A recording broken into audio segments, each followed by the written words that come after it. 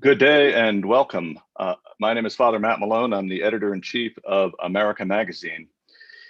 And welcome to our symposium today on this very special feast day in the life of the modern church. Since its inception, of course, the Catholic Church has taken a profound interest in the work of the United Nations.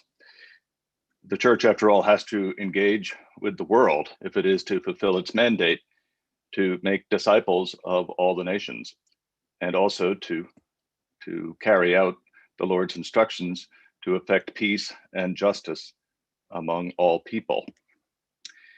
In a forum such as the United Nations, the church has an important voice. And America Magazine has covered that voice, had the good fortune to cover the United Nations throughout the entirety of its existence. And we are glad to provide the historical reporting and opinion pieces from our archive that all registrants should have received by now.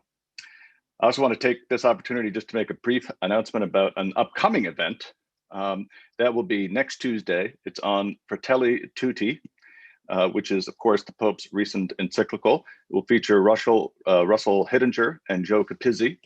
And we are still rounding up a moderator for that, but this will take place on Tuesday, October 27th at 5 p.m. So please check out either the Lumen Christi website or our website at americanmagazine.org for those details.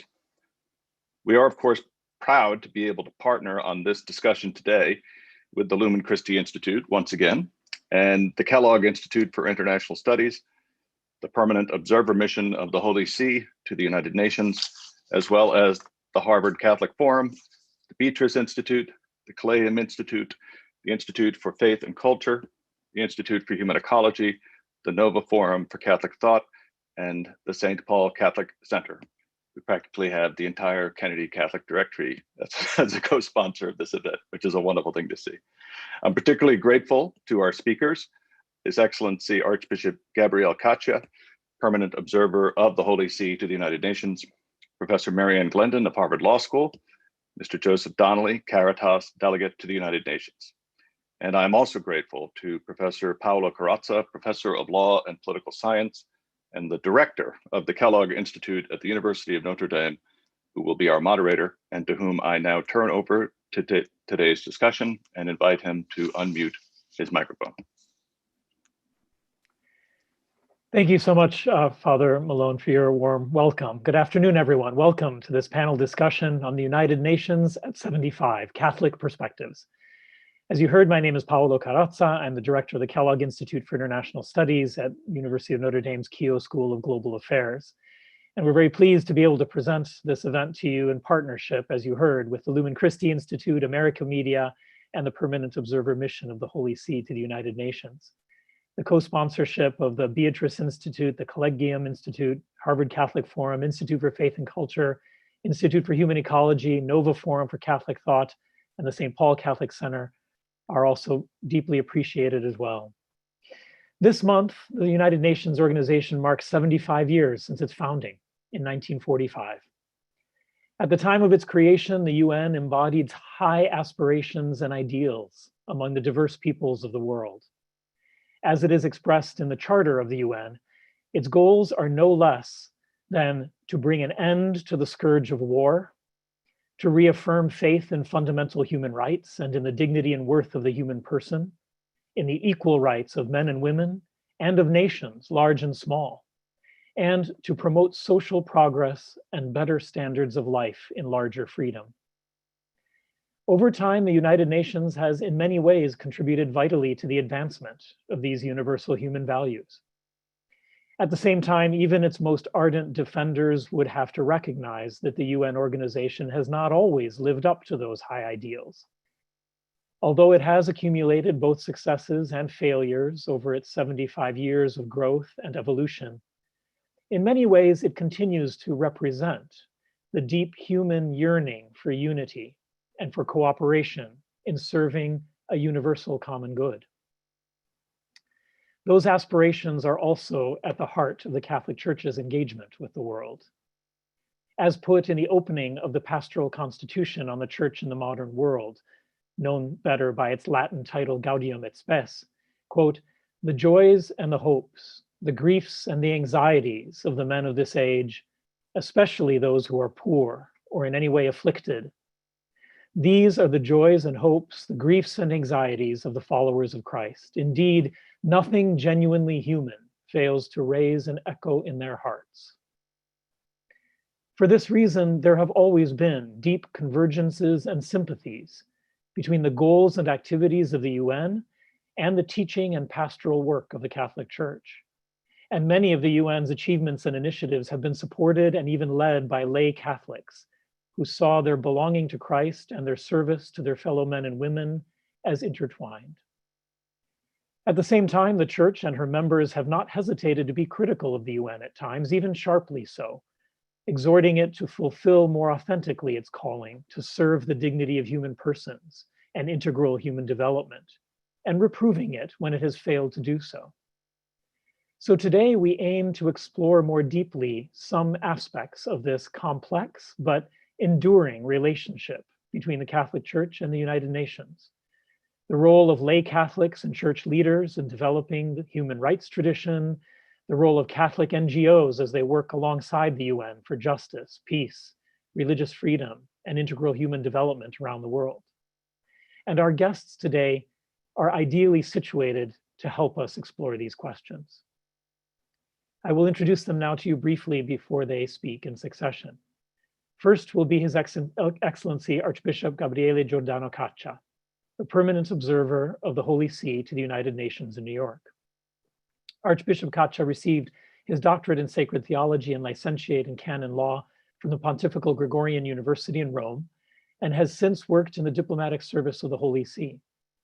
His first assignment was at the Apostolic Nunciature in Tanzania, where he served for 2 years before returning to Rome to work in the first section of the Secretariat of State of the Vatican. Later, he was appointed Assessor for General Affairs of the Secretariat of State. In 2009, Pope Benedict XVI named him Apostolic Nuncio in Lebanon and titular Archbishop of Sipino.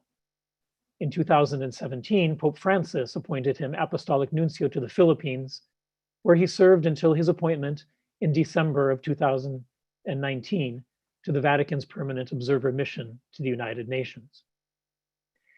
Following Archbishop Caccia, we will hear from Professor and former Ambassador Marianne Glendon, the learned hand professor of law emerita at Harvard Law School. A renowned scholar in the fields of comparative law, constitutional law, human rights, political theory, Professor Glendon has received the National Humanities Medal and is a member of the American Academy of Arts and Sciences. She's the author of numerous articles and books, including most notably for the purposes of today's conversation, A World Made New, Eleanor Roosevelt and the Universal Declaration of Human Rights. Beyond the Academy, Professor Glendon also has a distinguished record of service to both the United States and to the Holy See. She served as the United States Ambassador to the Holy See, chaired the US State Department Commission on Unalienable Rights, served on the US Commission on International Religious Freedom, and was a member of the US President's Council on Bioethics. In 1995, she led the Vatican delegation to the International Beijing Conference on Women, and she served as president of the Pontifical Academy of Social Sciences for a full decade. Mr. Joseph Cornelius Donnelly, our third presenter in the panel, is currently the permanent delegate to the United Nations for Caritas Internationalis, a global Catholic confederation of 165 national member organizations serving in more than 200 countries and territories. As head of the Caritas delegation to the UN New York headquarters, he is a primary advocate leading the engagement of faith-based organizations and other non-governmental organizations with UN initiatives such as the Sustainable Development Goals. He has immense experience working for humanitarian and reconciliation efforts, both within the United Nations context and well beyond it. He has served as chairman of the NGO Working Group on the Security Council and has served on the Multi-Stakeholder Advisory Board of the United Nations Economic and Social Council. He's been part of the Central Africa Policy Forum, the UN's Interagency Task Force Multi-Faith Advisory Council, the Ecumenical Strategic Partnership, and is a member of the steering committee for the Catholic Peacebuilding Network. So truly a distinguished group. We're eager to hear from them. Each of them will speak for about 10 minutes or less. I will follow those presentations with a few questions to them to begin our conversation. During the presentations and the initial discussion, please feel free to pose any questions that you may have to the panel using the Q&A button at the bottom of your Zoom screen. Those questions then will be fed to me, and I will be able to pose them in turn to our panelists. So without further ado, I would invite the panelists to unmute their microphones as well as their video cameras. And I will turn the floor over to Your Excellency, Archbishop Caccia. Welcome. Thank you. Ambassador Glendon, Dr. Carozza, Mr. Donnelly, Reverend clergy and religious, dear ladies and gentlemen. It's a joy for me to be with you today as the world prepares to mark the 75th anniversary of the United Nations. And today we have also the liturgical memory of Saint John Paul II. So we have a special blessing in this occasion. I would like to thank the Lumen Christi Institute, the Kellogg Institute for International Studies, and American Media for sponsoring today's event, and to express my appreciation as well to the co-sponsoring institutions for their important collaboration. An anniversary is an opportunity to look to the past with gratitude for achievements and with humble resolution to learn from mistakes. It is also a chance to turn with the wisdom of experience to the present and with informed hope for the future. That's why we ponder together Catholic perspective on the UN at 75. I would like to give a brief overview of the history of the relationship between the Holy See and the United Nations.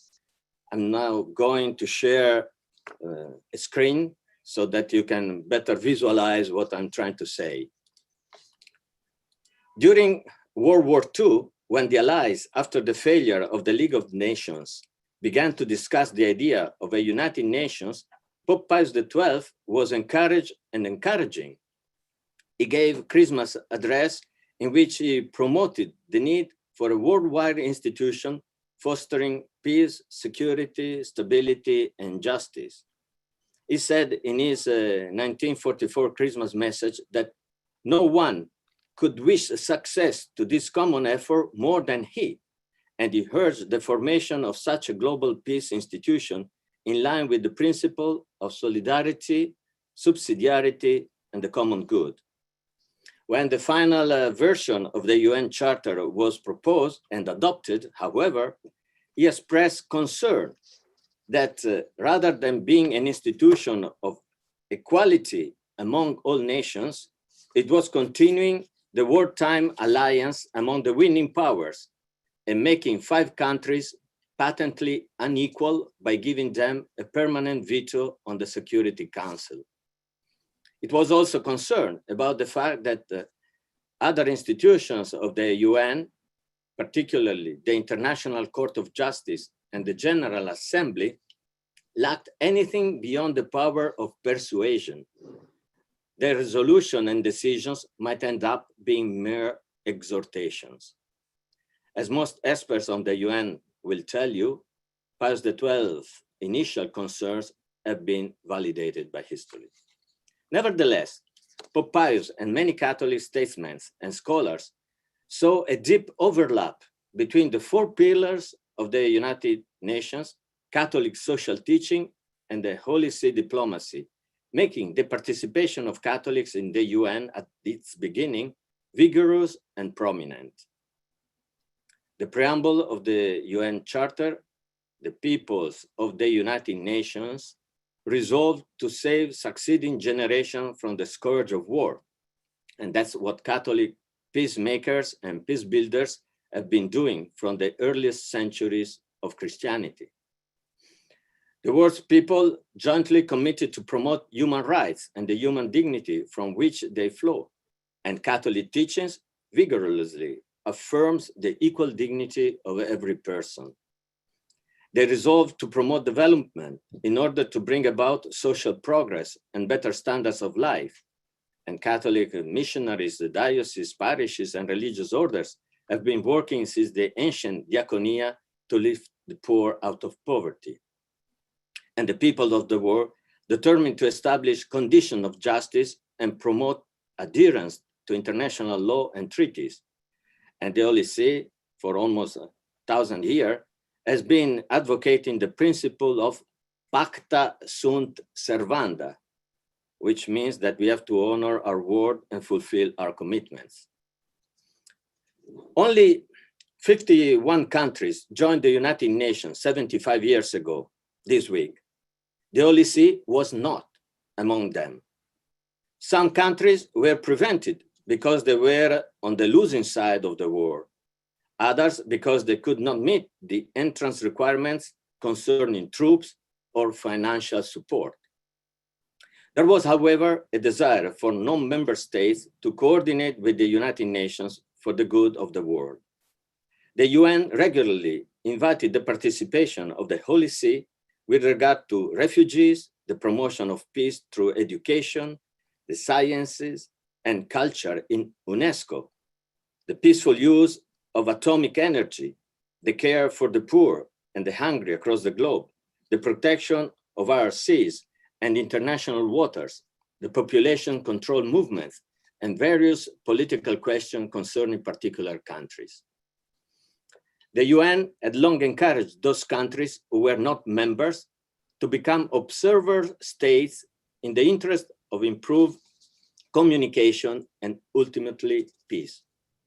The Holy See became an observer state on April 6, 1964. 18 different countries have been observer state at some point in time. The status of observer states, however, was not spelled out in the UN Charter, and so their rights and responsibilities were not very clear. In 2004, the Holy See requested the General Assembly to define its rights and responsibilities as an observer state. The General Assembly did so in Resolution 58/314, which determined that the Holy See has all the rights and responsibilities of member states, except the right to vote, to run for office, and to sponsor resolutions. This is the status of the Holy See that the Holy See maintains to this day. In 2012, the state of Palestine, likewise, became an observer state. To highlight the interaction of the Holy See and the United Nations, we can look at the visits of the popes and the words they said on these momentous occasions. There have been 5 papal visits: Paul VI in 1965, John Paul II twice in 1979 and 1995, Benedict in 2008, and Francis in 2015, and I would say also this year with a video message that was broadcasted during the General Assembly. In their visits, the popes have emphasized several common themes, which I think are helpful review as we examine the approach of the Holy See at the UN. The first is esteem for the importance of the UN, which the popes have said the world needs as a sign of unity among states and an instrument of service to the entire human family. Parallel with appreciation has been a constant papal call for it to be reformed so that it will meet the hopes of the peoples and the world and the hopes that the world places in it. John Paul II stressed, for example, that UN must become a true moral center, and Pope Francis that it must become more effective in applying international norms. Third, the popes have said that UN is in some way a political and diplomatic reflection of what the Catholic Church aspires to be spiritually. Truly Catholic means universal, serving all peoples everywhere and where all peoples feel they belong. The Pope also underlined that UN is supposed to be a training school for peacemakers and peace builders, in which people arrive as pupils and become and live as practitioners. Every pope has called for the UN to live up to its mission to prevent the scourge of war and to work tirelessly to promote peace among nations and peoples. Fifth, they have insisted that the UN must perseveringly seek justice and that the international community must live up to the commitments it's made.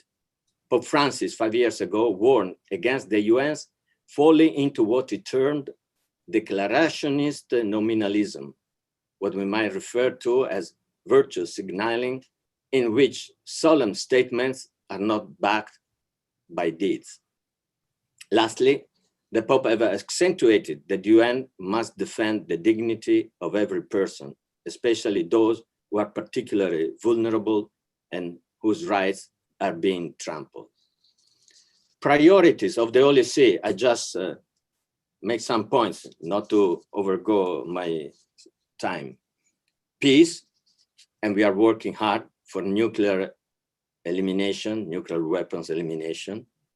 Freedom, especially freedom of religions, and we take care of the persecution of Christians.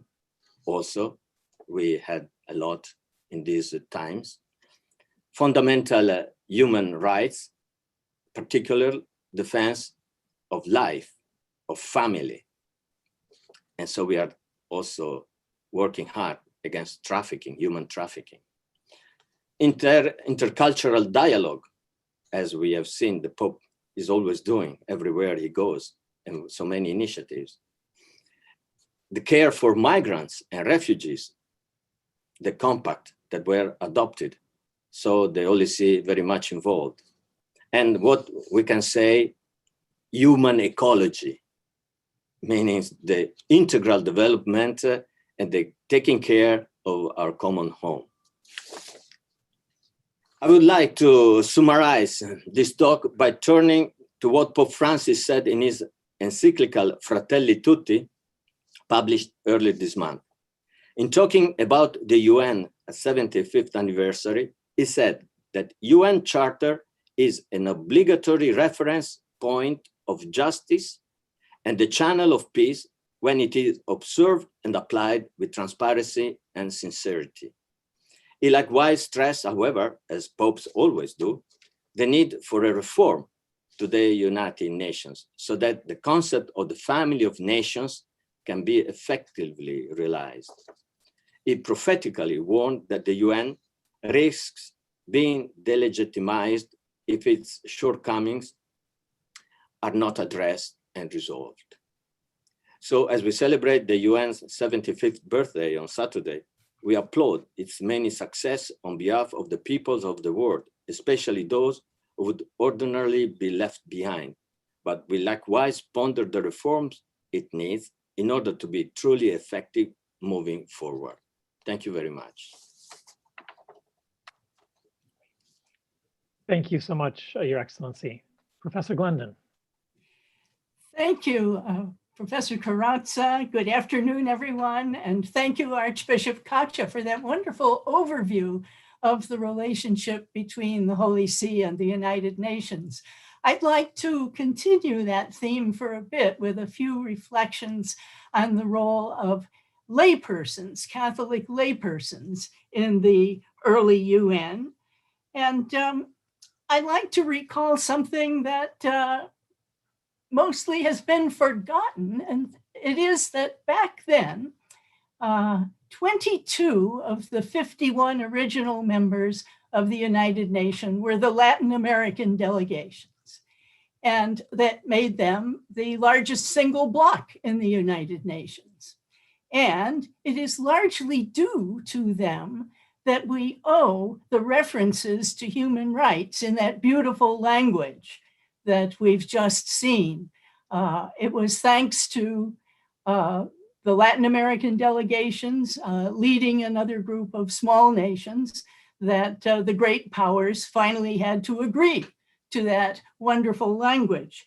It was definitely not part of the original vision of the Big Five. For them, the UN was supposed to be a peace and security organization period. So there was that Catholic influence at that very early stage, so important in that charter. And then when work began on drafting a Universal Declaration of Human Rights, the model, the chief model that was used by the framers was a draft of a document that became the Pan-American Declaration of the Rights and Duties of Man. It's more popularly known as the Bogota Declaration. And the Bogota Declaration, I think this has been forgotten too, the Bogota Declaration drew heavily on Rerum Novarum and Quadragesimo Anno. And if you read the sections of the Universal Declaration today, if you look at Articles 22 and following, you will see that it is almost in haec verba from passages in Rerum Novarum. Some people say that the influence of the Bogota Declaration was simply because it was the only international Declaration of Human Rights that was available to the drafters of the UDHR at the time, but there was more of the story. The Bogota formulations of certain basic principles were not as individualistic as the Anglo-American documents that were available, and they were not as collectivist or statist as the socialist documents that were available. And so the first UN Commission on Human Rights saw that these formulations were particularly well suited for the purpose of a declaration that was going to purport to be universal, as well as in gaining approval from the UN General Assembly, which was already quite diverse. Now, as it happened, when the declaration was being debated and up for approval in 1948 in Paris, the Holy See's nuncio in France was none other than one Angelo Roncalli, the future Pope John the 23rd. And we are told by diplomats who were present at the time that Roncalli went about discreetly lobbying for the adoption and approval of the declaration. And of course, you know that he later would praise it in Pacem in Terris, but as Archbishop Caccia noted, he praised it already with certain reservations. And that has been the pattern of all succeeding popes, a combination of encouragement and praise with words of caution. Even when support for human rights was probably at its highest point in 1989, Pope John Paul II warned that the declaration, he as a philosopher warned, that the declaration did not have the anthropological and moral bases for the human rights it contained. And those words of caution, of course, increased in the 1990s as Holy See officials began to express concerns again about the UN itself. There were the tumultuous conferences in Cairo and Beijing, and evidence was accumulating of certain deficiencies in the UN with respect to the deficiencies of all large bureaucracies, transparency, accountability, susceptibility to bias, and susceptibility to co-option by special interests. Archbishop Augustin de Noia from the Congregation for the Doctrine of the Faith was one of the first prelates to point out that there was a deeper problem. He said, and I'm going to quote him here, "The UN has been profoundly influenced by a secular anthropology that espouses the socially constructed character of truth, the priority of cultural diversity, and the deconstruction of moral norms. That mindset," he said, "made it difficult often for the church's many aid agencies even to function." More recently, Archbishop Caccia has eloquently expressed concern about attempts to reinterpret human rights in a way that fails to protect human dignity and that marginalizes religion. And as we have just seen, Pope Francis calls for reform of the UN in Fratelli Tutti. But nevertheless, and Joe Donnelly knows much more about this than I. Nevertheless, there are so many areas where the goals of the United Nations are highly compatible with the concerns of a church that oversees what is perhaps the world's largest network of humanitarian aid agencies. Joe will correct me on that, but I believe that's true. And this brings me to a question that was posed to all of us panelists on in the preparation for this event. The question was, what does Catholic thought have to contribute to the realization of the UN's lofty ideals? I will throw out 3 ideas for starters for our discussion. The first is so obvious that I need only say the word subsidiarity. But except for the shining example of Professor Carozza, Catholic thought concerning the application of subsidiarity to international affairs is relatively undeveloped. As you know, in Quadragesimo Anno, Catholic social thought on subsidiarity was developed in relation to nation states and the institutions of civil society. But we need to keep, Professor Carozza, we need to keep working on the international dimension of the subsidiarity principle. Second, and relatedly, international bodies could benefit a great deal from Catholic understandings of pluralism. Many internationalists have a mindset that favors top-down approaches, and thus they have difficulty in understanding something that Catholics understand quite well, how you can have a small core of universal principles that are brought to life in pleasingly different ways in different cultural contexts without undermining those universal principles. Catholics get that instinctively, and Catholic thinkers could do more to promote that concept of legitimate pluralism, which John Paul II explained in his 1995 speech to the United Nations. My third suggestion, which follows from the other 2 and is very much in line with what Pope Francis says in Fratelli Tutti, I do believe it is time for an overview, an overall review of Catholic international relations theory, an overview that would carefully examine, evaluate the role of international organizations in today's much changing and multipolar world, and explain how subsidiarity can work hand in hand with solidarity. Now, I'll just conclude these preliminary thoughts with an observation about the importance of moral witness. When I was a student at the University of Chicago, I learned from my very secular professors how important Catholic thought had been for the world. And I'm very grateful for that. But let's not forget that Catholic thought had to be brought into the public square. It had to be brought to the world by men and women who were skilled, dedicated, and courageous enough to do so. For them, as for the Holy See itself, there is, of course, always a tension between moral witness and ordinary political pressures.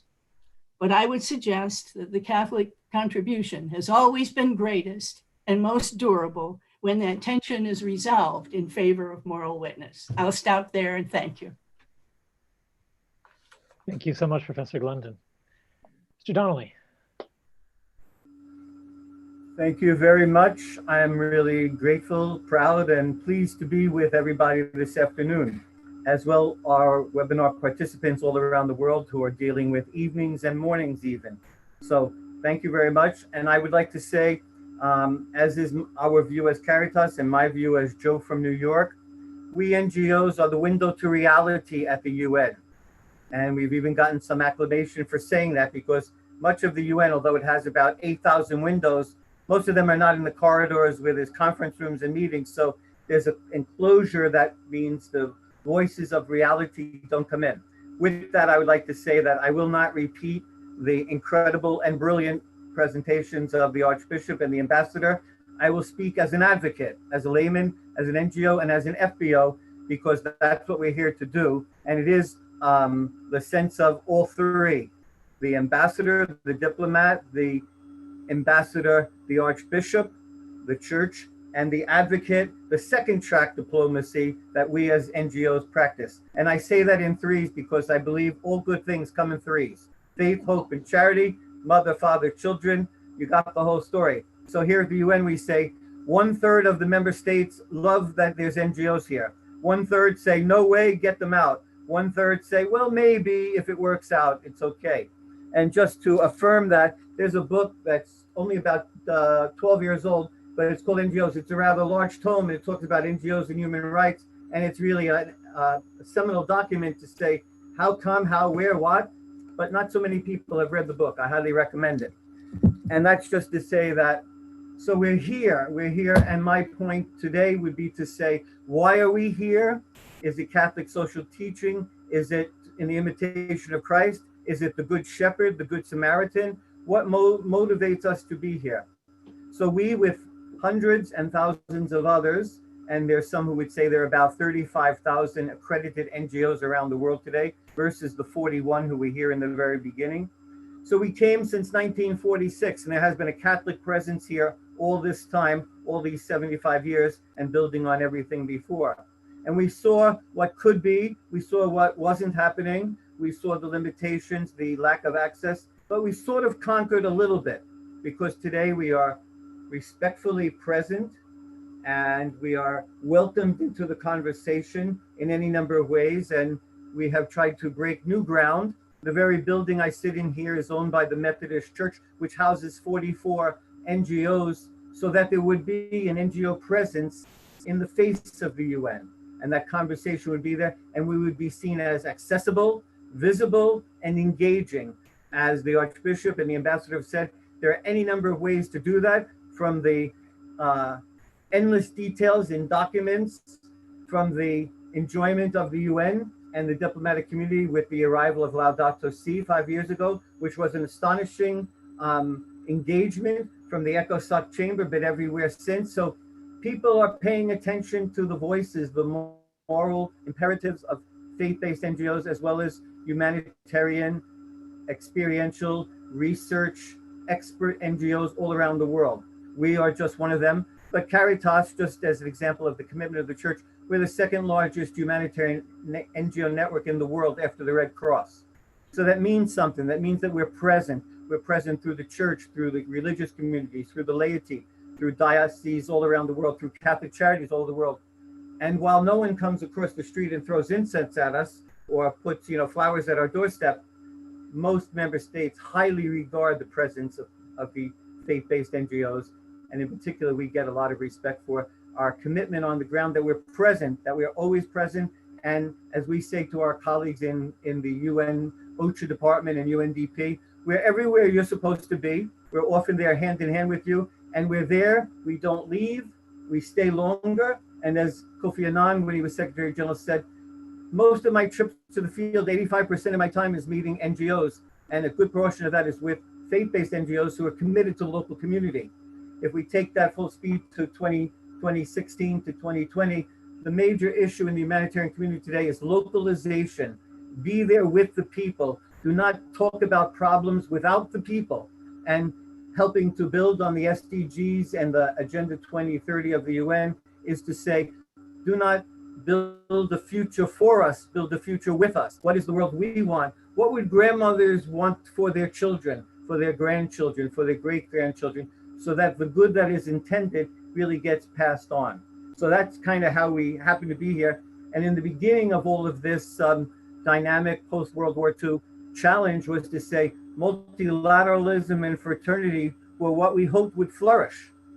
And with that, the more contemporary language of partnership, of deliberate partnership not symbolic, partnership with participation. And out of that, unity among peoples. We the peoples, as Bernard Klicksberg talks about all the time, people first, people always at the start of the game and not afterwards. It's people versus profit. So that's something that is, I think, galvanized in the past few years and really been strengthened by the commitments of faith-based NGOs around the world and secular NGOs. We say, as Thomas Merton often said from his monastery in Kentucky, places like people have an identity all their own, especially places like this one that I'm looking at across the street, where people go from joy to suffering and hopefully back to joy. But today, people are not looking to be spoken for, they're being asked to be spoken with, to be partners in a process that can make life-saving differences.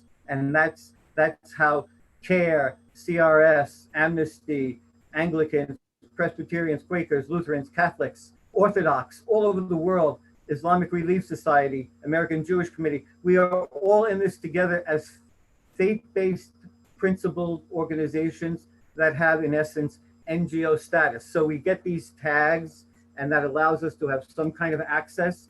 So we're all tagged, but if you notice real close, there's an N on this. If you can see here, I'm holding it right. Yes, there's the N. The N means non.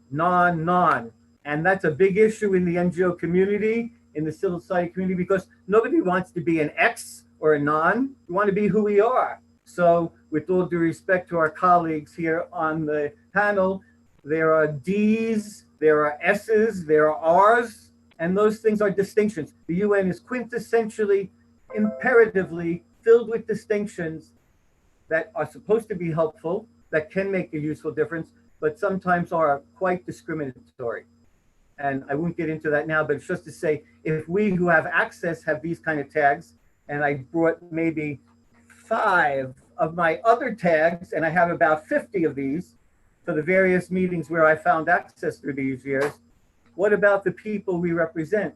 The people from Cabo Delgado in the north of Mozambique who have been tortured by impossible situations. The people in Bangui in Kar, the people in Gaza, in Syria, in Myanmar. How do we represent those people, and what motivates us to do that? It's really very simple. It's fundamental. It's to say, love your neighbor. And the question would be, without question, I'm doing a little bit of show and tell here because I didn't bring slides. Who is my neighbor? Who is your neighbor?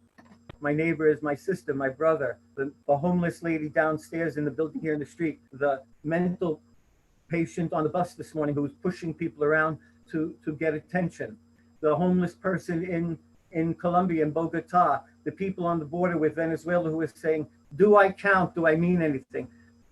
The more that we can bring that human evidence to the table, whether it's the Security Council Working Group, whether it's the Central Africa Policy Forum, whether it's the Ending Homelessness Working Group on right to adequate housing, right to education, right to religious freedom.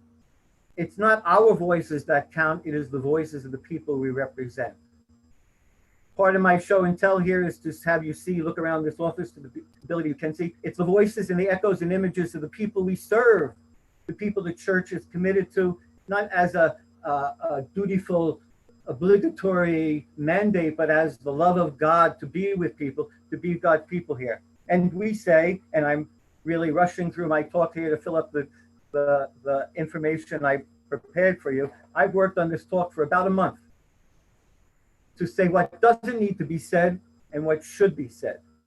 So right now, today, we have an engagement in the world in the 75th anniversary of the UN to say, it can no longer be what it was.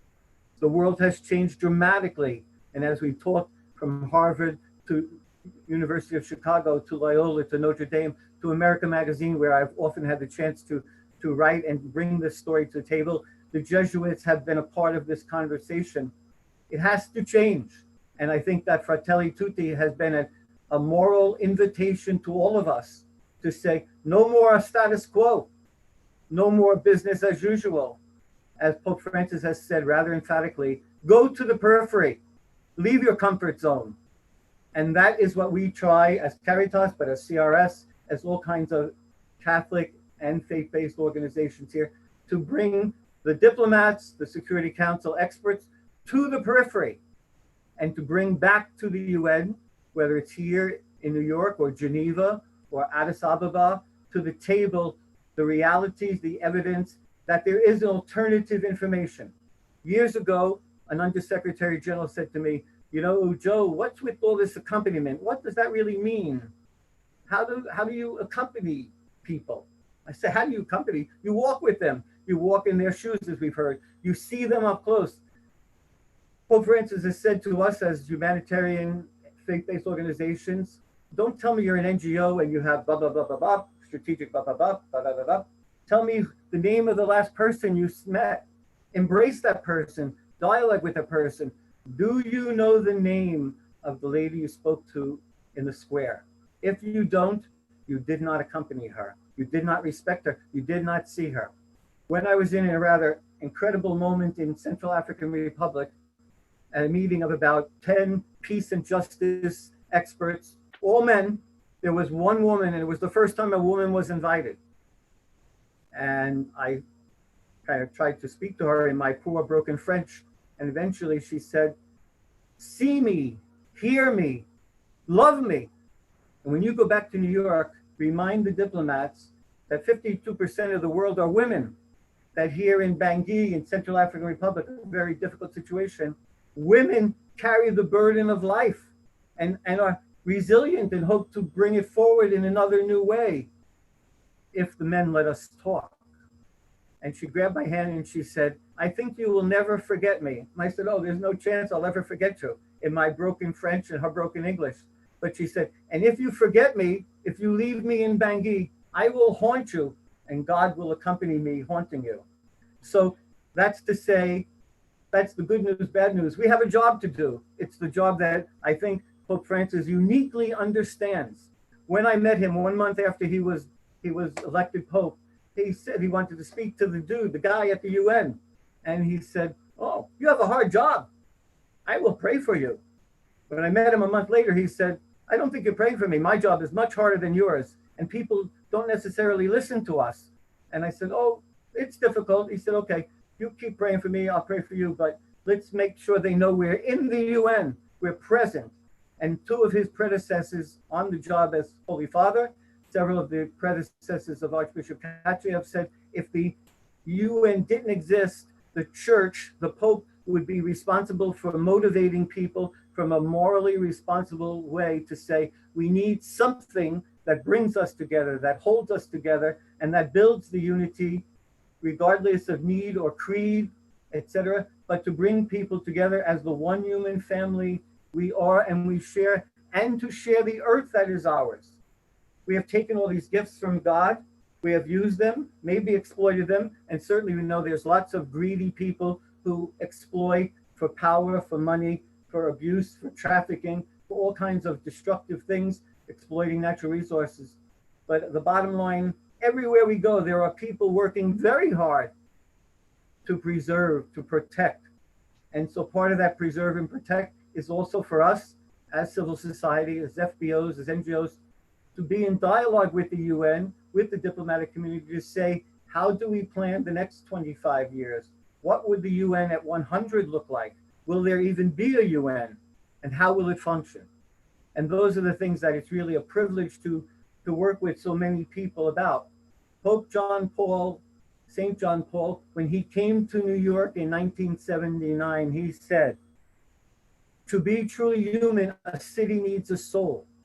You, the people, must give it this soul." I think it is one of the most eloquent, on-the-spot echoes. And he said it here in New York, where we know something about diversity and challenge, etc. And it's not one of the phrases that's often repeated, but it is the heart of the matter about what it means to be one human family in the 21st century, not the 20th century after all the destruction. What have we benefited from what we've learned, what we've done, good and bad, as Ambassador Marian has said? What can we do, what we know to be the moral imperative in the 21st century, to build back better together, not to build back better for profit, but to build back better together for people, with people, through people. And I would just try to wrap up and say the other point of view is to remember that today, it's the anniversary of the Cuban Missile Crisis. So where were we then? What did we think? Where are we today? And Cuba is one of the 193 flags that fly across the street just about every day. And there's 193 of them plus two. The plus two is the Holy See mission to the UN and the Permanent Observer mission of Palestine. So there is a recognition that things have changed a great deal and they can change more. And to build a civil society that really sustains life is the call we all have. And finally, I would just say, a door opens to us. We enter. And in entering that door diplomatically, academically, ecclesiastically, as a Chicago sociologist said back in the 60s, then you have 100 more doors to go through if you have the courage and the political will to be there. So we recognize that as our challenge, and I'm really grateful and honored to be a part of this conversation today. Thank you. Thank you so much, Joe. Well, there are already questions coming in through the Q&A function, and we inevitably will have more limited time than we would like. So let me just start by posing a few questions, and then we'll try to take some from our audience as well. Archbishop Caccia, it's striking to me, listening to your narrative, how much the great and social encyclicals of all of the popes of the last 60, 70 years have contributed at key moments important openings to and contributions to the mandate and the work of the UN. You think of, as you mentioned, Pacem in Terris and the call to peace, Populorum Progressio and the call to development. So much of the work of John Paul II opened us up to the ideals of freedom, human rights, democracy. And as we heard from Joe Donnelly, and I recall myself, being there with him to talk about it, Laudato Si was like an explosion within the General Assembly in a certain sense.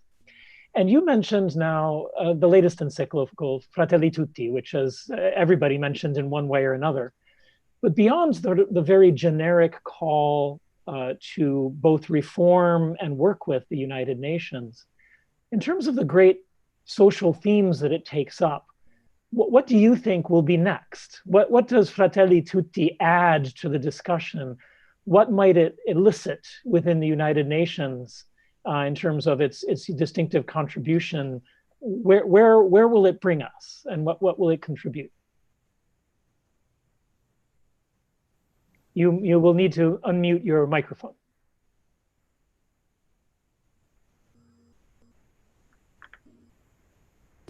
Okay, sorry.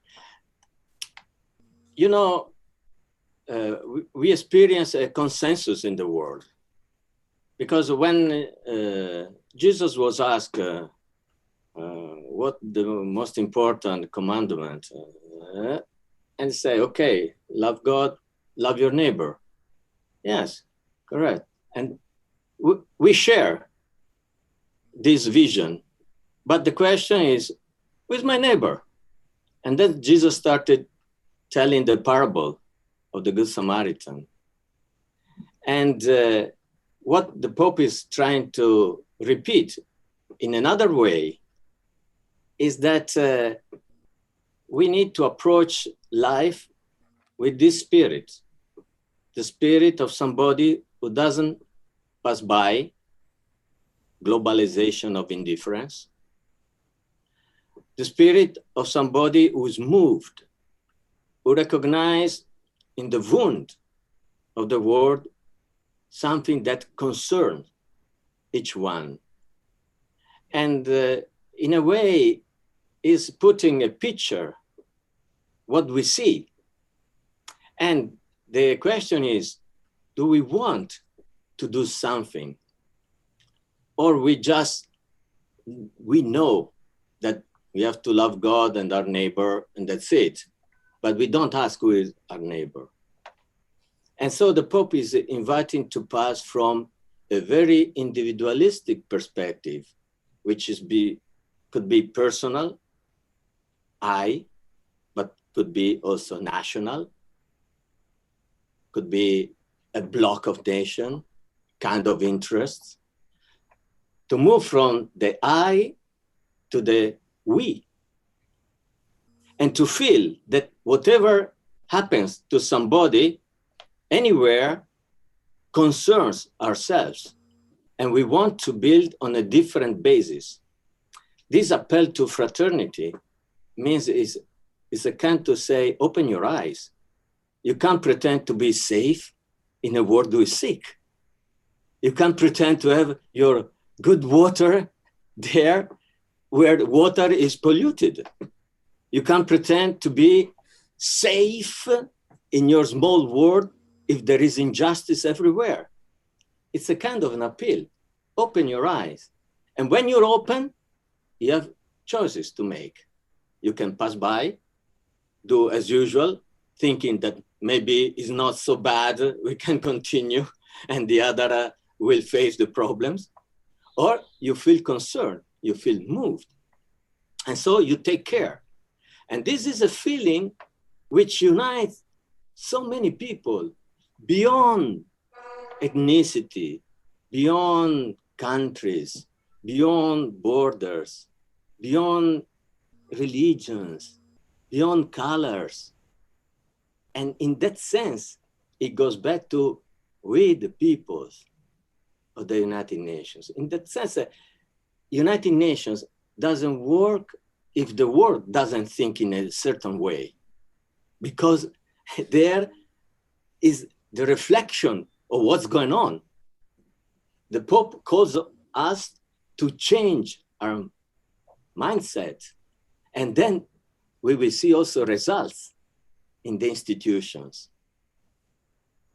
And so I think this is a kind of appeal, as the COVID obliged everyone to sit down, to realize that there is nothing so urgent that cannot be done tomorrow or next week, or taking the time to see, what are we doing?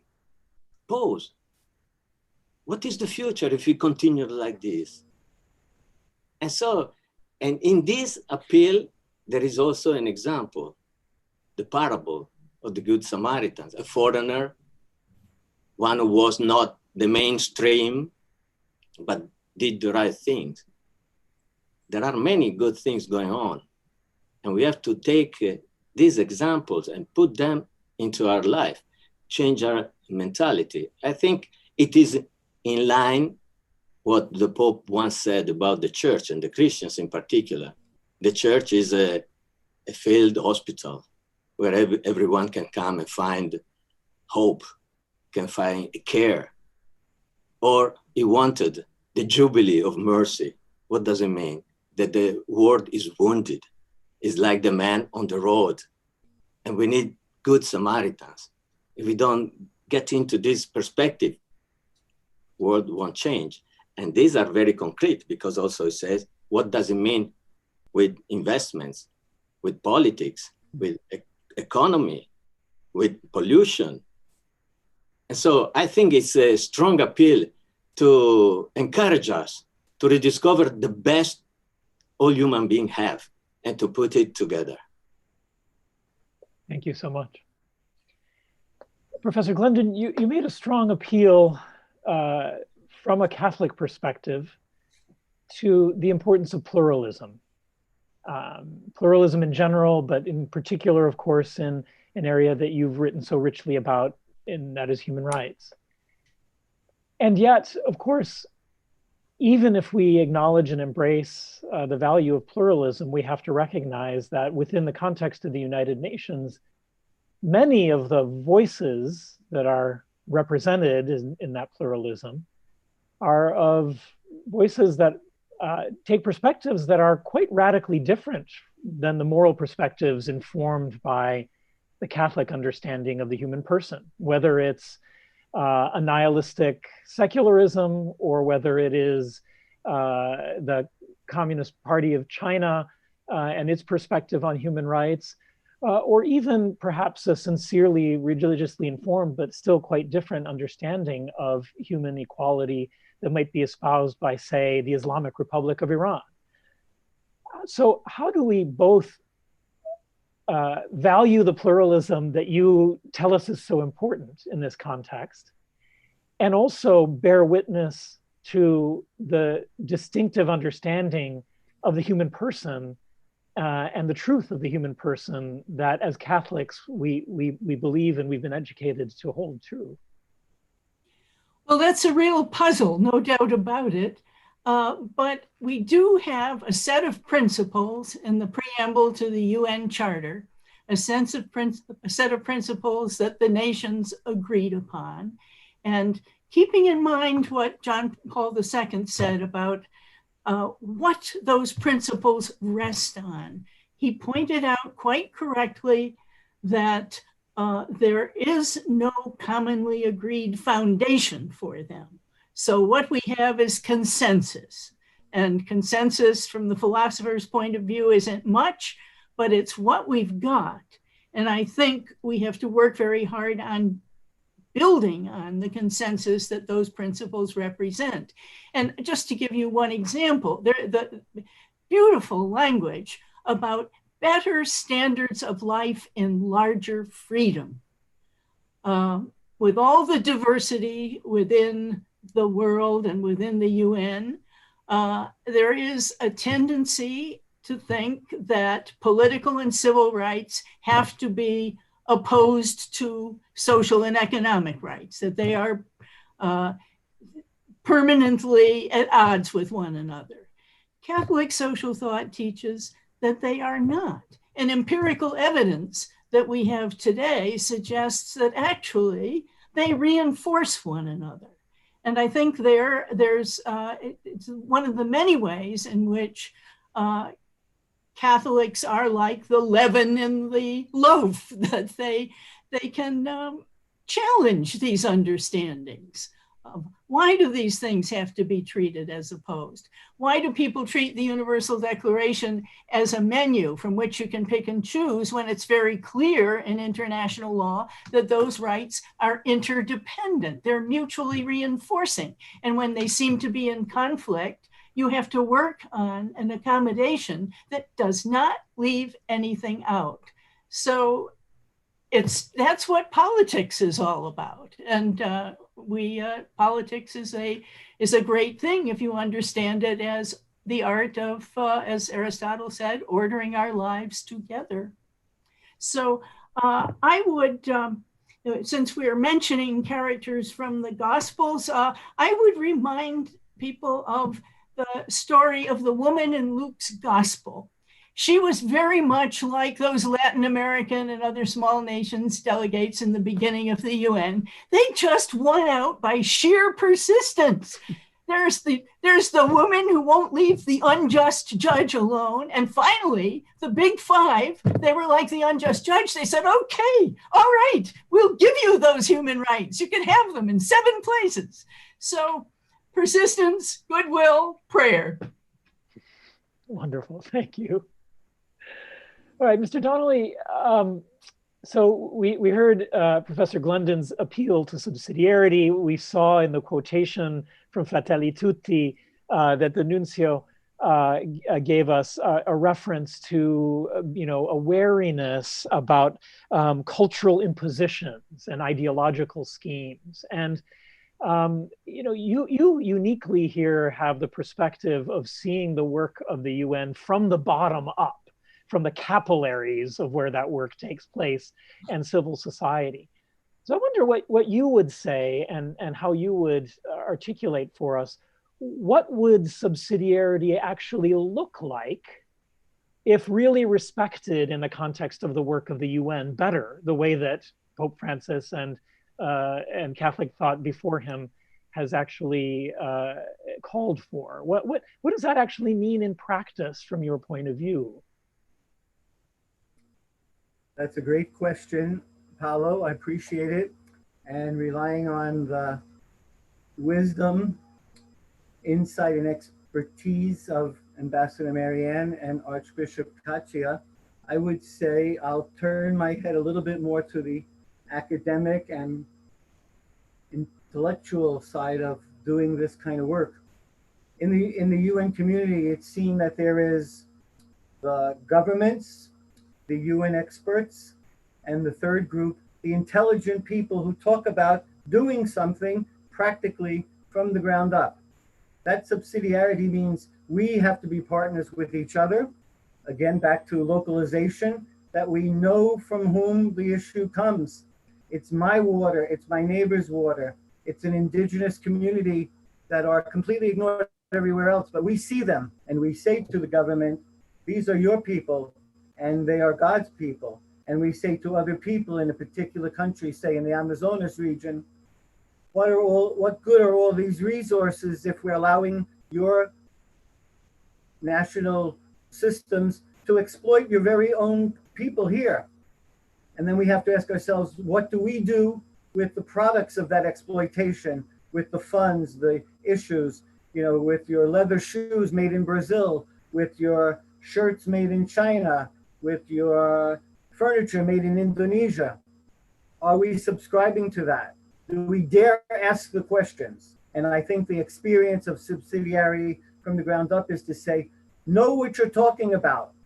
Talk to us before you talk to governments. And then when you talk to governments, talk with us, not just for us. And so one of the things we do, and I think a very subsidiary way, and it's a practice of the partnership and the solidarity of Caritas, we invite people from the ground up to come to New York, many at great risk because of human rights intimidation issues that get put upon them and being followed.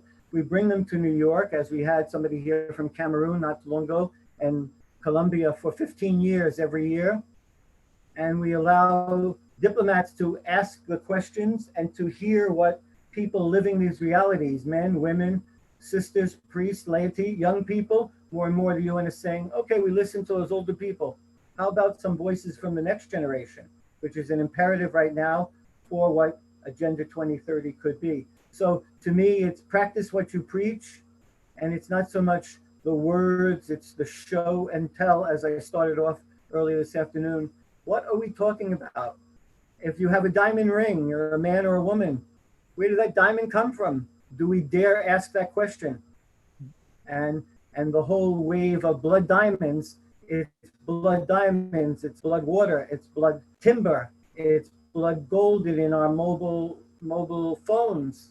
The extraordinary exploitation is an absolute constant contradiction to the intelligence and the humanity of good subsidiarity and authentic solidarity, and not just slogans on walls and posters in major stadiums or whatever, or on transportation.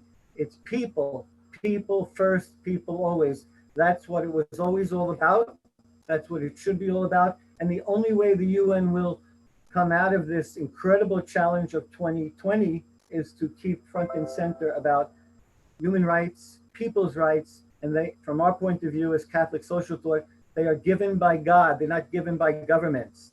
They're yours, and you can't take them away from us. And it is impressively moving and compelling from an inspiration point of view to meet people who dare to come to the UN table in this country or elsewhere to defend the rights of others, not just their own, but the rights of their communities. That is absolutely what it's all about. Terrific, thank you. We have so many questions. We have barely a few minutes, but there's one question that has been posed by someone in our audience, which I think would be interesting to ask all three of you, because all of you have had the experience of working very practically within the institutions of international politics and diplomacy. And we all know, even as external observers, and I also have worked in those institutions, so I speak from internal as well, how much they're rife with bureaucracy, with systemic inefficiencies, with certain forms of institutional corruption. So to not put a fine point on it, I mean, we've all seen that in recent weeks, the elections to the Human Rights Council have brought there a variety of countries that we know to be large-scale systemic violators of human rights.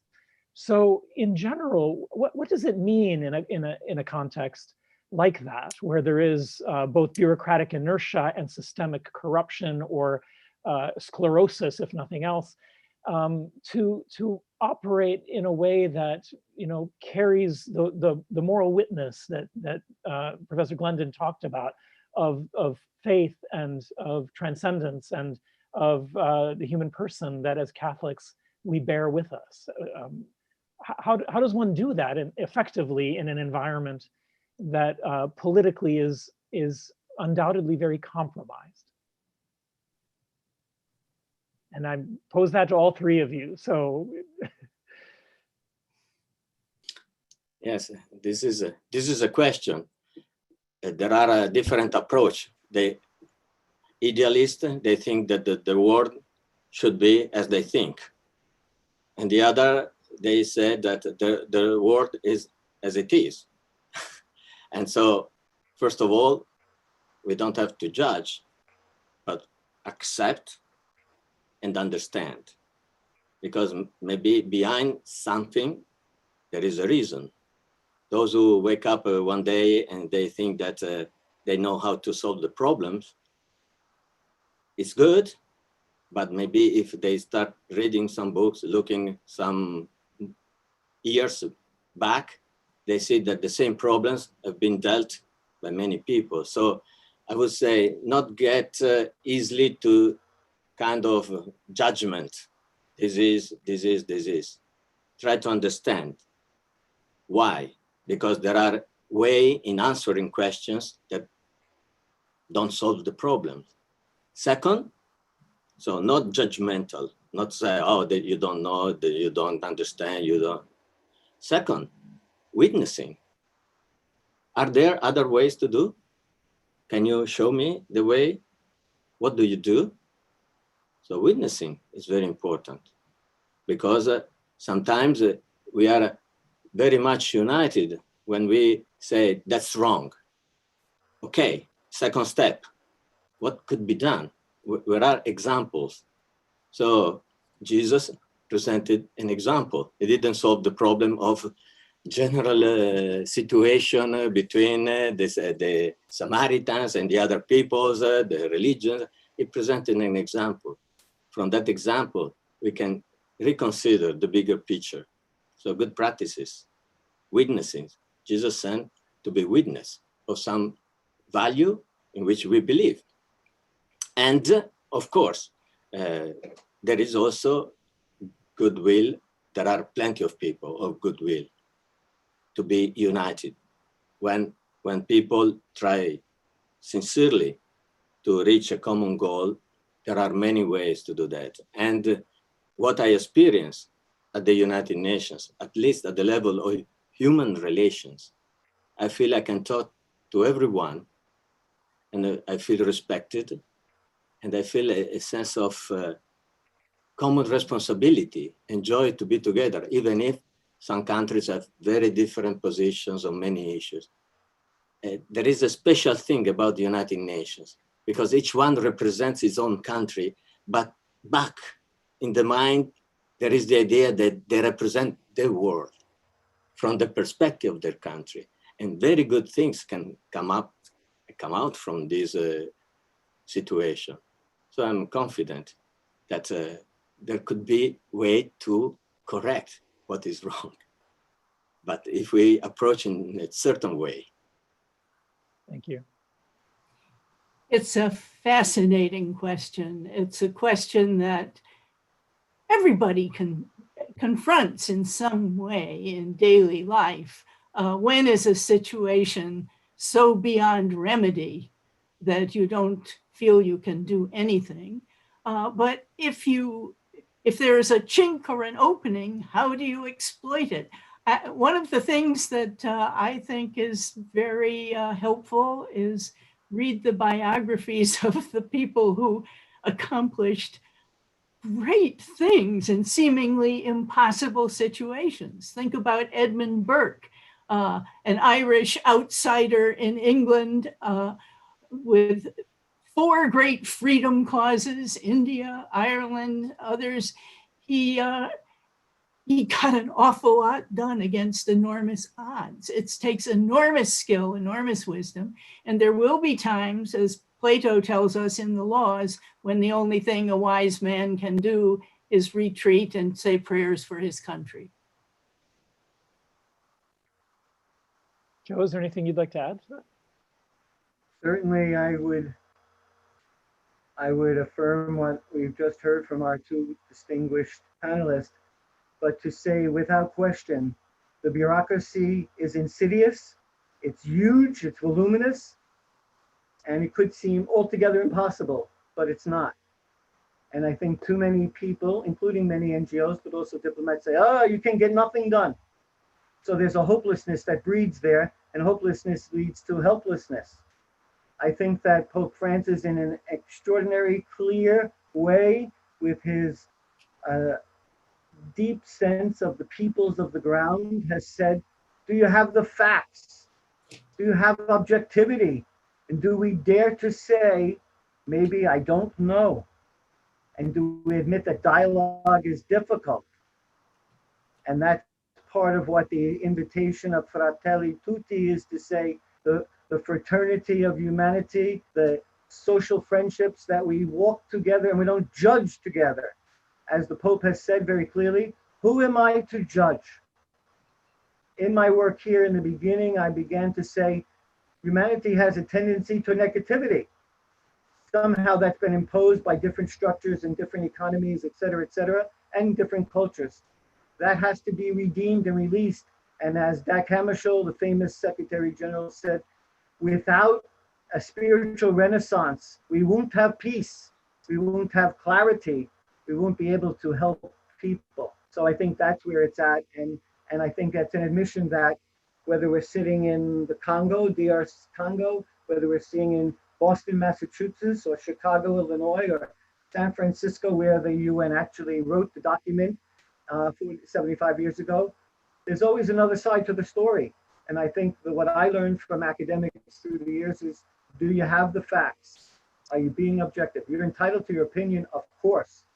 But is it based on facts, evidence, or is it a highly subjective, personalized opinion? And the last thing I would just like to say for the record is, the UN building, I'm not as old as the UN building. No, wait a minute.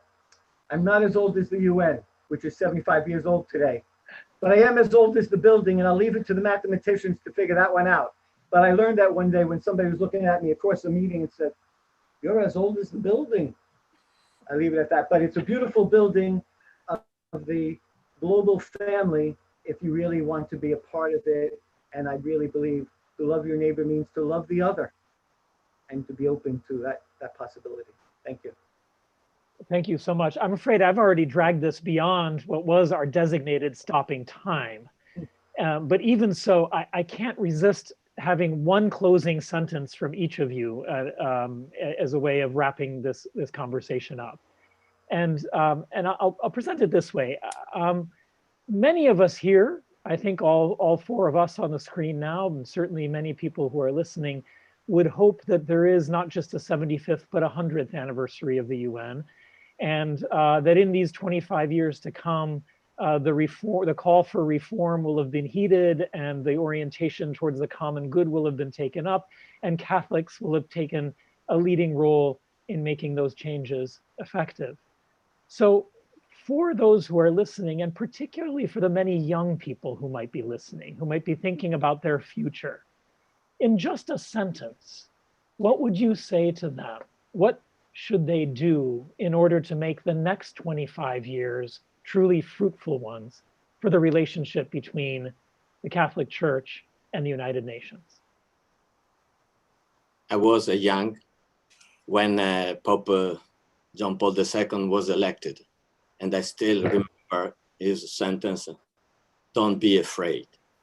I would say to the young people, don't be afraid, keep going. Thank you. And I'll take a line from scripture that has meant a lot to me. Always be ready to give a reason for the faith that is in you. And I'll follow the ambassador's direction there and say my most important scriptural quote that reflects on my work here and work on Caritas: if we live by the truth, if we live by the truth and in love, we will grow in all ways into Christ, who is our head, and the members filling up the parts of what it is, and that is the living mosaic of Jesus Christ. Thank you. Well, thank you so much to all three of you on behalf of not just the Lumen Christi Institute, the Kellogg Institute, America Media, and the Holy See mission, but I'm sure I speak on behalf of the well over 200 people who are listening today and participating in this conversation, which has been very rich and only too short, unfortunately. But you've given us so much to reflect on, to think about, and indeed to act upon. And for that, we're all so very grateful. I'll just add a special thanks in particular by name to two people behind the scenes who have made this possible by all of their indefatigable work: Michael Le Chevalier at Lumen Christi Institute and Teresa Hanlon at the Kellogg Institute. and wish all of you a very good afternoon and evening. And thank you for being with us here today on this memorial of St. John Paul II. Thank you and good night. Thank you. Ciao, ciao.